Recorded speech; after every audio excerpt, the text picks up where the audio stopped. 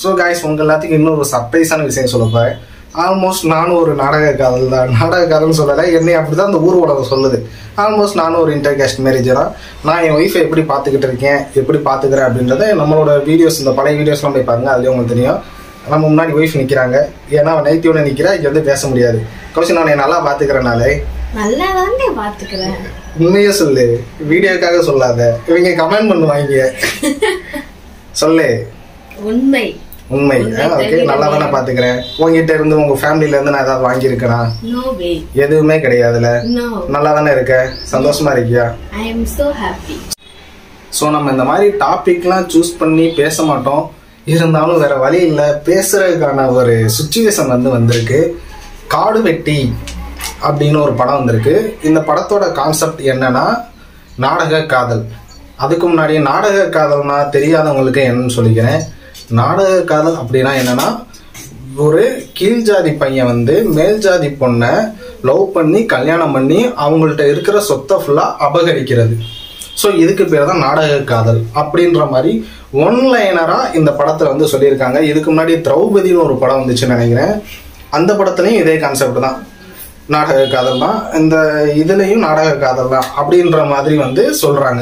இந்த கர்ணன், அசுரன், இந்த மாதிரி மாமன்னன், இந்த மாதிரி படங்கள்லாம் தொடர்ந்து வர்றதுனால ஸோ அவங்க பழி வாங்குறதுக்காக, அதோட அவங்களோட வன்மத்தை காட்டுறதுக்காக இந்த மாதிரி படங்கள்லாம் நாங்கள் எடுக்கிறோம் அப்படின்ற மாதிரி அவங்களே சொல்றாங்க. யாருன்னா இந்த படத்தோட டைரக்டர்ஸ். ஏன் இந்த டைரக்டர்ஸ் அப்படி சொல்றாங்க அப்படின்னு பார்த்துக்கிட்டீங்கன்னா, இதுக்கு முன்னாடி இந்த கர்ணன், அசுரன் இந்த மாதிரி படங்கள்லாம் வந்துச்சுல, அவங்க அந்த படத்துல அவங்களோட ஜாதி பெருமையை பேசுறாங்க அப்படின்ற மாதிரி சொல்றாங்க. ஸோ அசுரன் படத்துல என்ன சொல்லியிருக்குன்னா, ஃபைனலா நம்ம கிட்ட காடு இருந்தா பிடிங்குவானுங்க, நிலம் இருந்தா பறிச்சுக்குவானுங்க, ஆனா படிப்பை மட்டும் யாருமே அழிக்கவே முடியாது சிதம்பரம், அதாவது நம்ம கிட்ட இருந்து புடுங்க முடியாது அப்படின்ற மாதிரி சொல்லிட்டு, கடைசியில நீ படிச்சு முன்னேறி அந்த இடத்துக்கு போகும்போது உனக்கு யாரெல்லாம் இந்த மாதிரி ஒரு விஷயத்த பண்றாங்களோ அவங்களுக்கு இந்த விஷயத்த நீ பண்ணுன்னு சொல்லல, நீ பண்ணாத அப்படின்ற மாதிரி ஒரு நல்ல நோக்கத்தோட தான் இந்த படத்துல டயலாக் இருக்கும். இந்த படத்தோட மெயின் பாயிண்ட் என்னன்னா நாடக காதல்.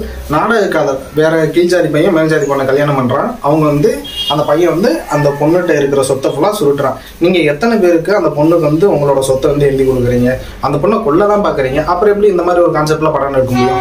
ஏதாவது ஒரு இடத்துல, ஏதாவது ஒரு நேரத்துல, எங்கேயாவது ஒரு விஷயம் நடந்திருக்கும். ஸோ அந்த ஒரு விஷயத்தை பிடிச்சி இப்படி தொங்கிக்கிட்டு அதை வச்சுக்கிட்டு ஏதோ வன்மத்துக்கு எடுக்கிற மாதிரி தொடர்ந்து இந்த மாதிரி வன்மத்தை கேட்கணும். என்ன சொல்றது? அது மட்டும் இல்லாம இந்த மாமன்னன் படத்துல ஃபகத் ஃபாசிலோட கேரக்டர் எனக்கு ரொம்ப பிடிச்சி போச்சு. அதுல எந்த மாதிரி ஒரு கேரக்டர் காட்டுறாங்கன்னா, அது தப்பான கேரக்டரா தான் போர்ட்ரேட் பண்றாங்க. நாங்க தப்பானவங்களாவே இருந்தாலும் பரவாயில்ல, ஆனா நான் தாண்டா பெரியவன், எனக்கு கீழே தாண்டா நீ முன்னேறவே கூடாது, நீ கடைசி வரை இப்படிதான் நாய் மாதிரி இருக்கணும் அப்படின்ற மாதிரி தப்பான கேரக்டரையே சரியா அடுத்த தலைமுறைக்கு சொல்லி கொடுத்துட்டு இருக்காங்க இந்த கம்நாடி பசங்க. இப்ப நான் இருக்கிற இடத்துல சுத்தி என்னோட கஷ்டப்படுறவங்க, அதாவது நம்மளுக்கு கொஞ்சம் கீழே உள்ளவங்க இருப்பாங்கல்ல, அப்படி சொல்லக்கூடாது, இருந்தாலும் சொல்றேன். அந்த மாதிரி உள்ளவங்க எல்லாம் எந்த மாதிரி இருக்காங்க, இப்ப அவங்க நான் சின்ன பசங்களா இருக்கும் போது பார்த்ததுக்கும் இப்ப அவங்க பைக் வச்சிருக்காங்க, கடையில வேலை பார்க்குறாங்க, வேலைக்கு போறாங்க, இந்த மாதிரி முன்னேறும் போது அதை பார்த்து எனக்கு உண்மையாவே சொல்றேன், சந்தோஷமா இருக்கு. பரவாயில்லடா, ஒரு காலத்துல எப்படி இருந்தாங்க ஆனா இப்ப இந்த அளவுக்கு முன்னேறி போறாங்களே அப்படின்ற மாதிரி சந்தோஷமா இருக்கு. ஆனா சந்தோஷமா இல்லாம ஒருத்தவங்க முன்னேறத பார்த்து பொறாமப்படுறாங்க. நீ எப்படி முன்னேறலாம், எப்படி உனக்கு எல்லாம் கிடைக்குது அப்படின்ற மாதிரி பொறாமப்பட்டா இது ஜாதி வெறியா? நீ உனக்கு செஞ்ச தப்ப மத்தவங்களுக்கு செய்யக்கூடாது, எல்லாத்தையும் சரிசமமா பாரு அப்படின்னு சொல்றது ஜாதி வெறியா? ஸோ கைஸ், இந்த மாதிரி படங்கள் எடுக்கிறத பத்தி நீங்க என்ன நினைக்கிறீங்க அப்படின்றத மறக்காம கமெண்ட் பண்ணுங்க. ஹலோ கைஸ், நான் தான் தீரன். நம்ம ஒரு சூப்பரான வீடியோல பார்க்கலாம்.